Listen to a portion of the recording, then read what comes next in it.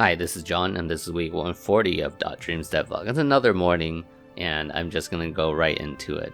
Monday, I worked on the Shade Scythe because my teammates actually really liked the Shade ability that I made last week. Oh god. Anyhow, so this week I worked on the Shade Scythe, and now you'll be able to summon the Shade without killing anything. And the reason is because when you're fighting a boss, unless the boss summons a lot of enemies, your Shade ability is not going to proc that often.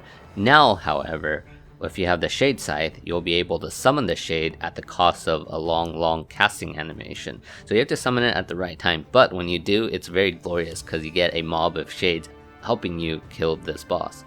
And it looks really nice. We're going to definitely make a quest for that. I think it changes up the gameplay quite drastically. Tuesday, I actually streamed.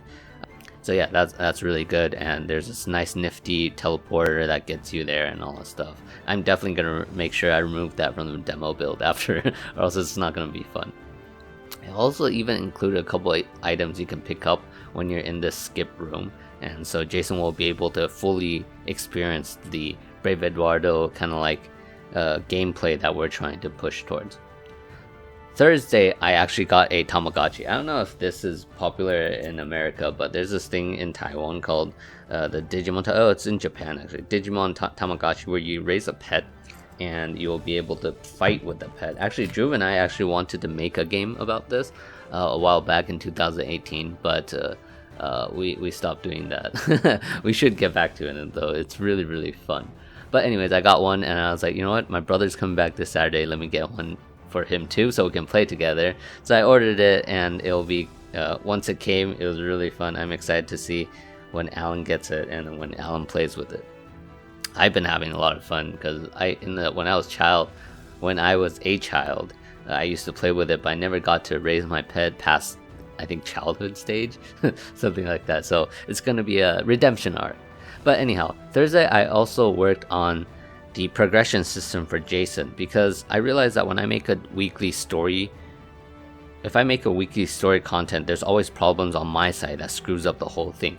So might as well let him work on the dungeon, and for the dungeon you have to have something to go for. And the Mech Scythe was born, and now Mech Scythe ability is my favorite ability out of the whole game right now. It looks super cool. Scythe looks great in my opinion as well. And that'll be the final thing you'll go for within the factory dungeon. And that was Thursday.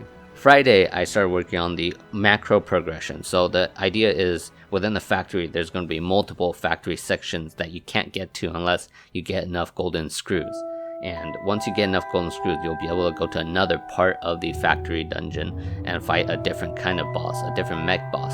And I started working on the overall factory map, and that's going to take some time to draw because it's very boring to draw. I don't know what happened to the patience I had back then, but I'm slowly grinding through this, and I had to finish more because my brother will be back on Saturday, and that's very exciting. So Saturday I did the same thing, and I'm preparing for picking up my brother, and I'll see you guys next week, and I'll let you guys know which of our Digimon pets beat each other. So yeah, I'll see you guys next week. Bye. It's not often that someone comes along who is a true fan and listens to the end. You are both.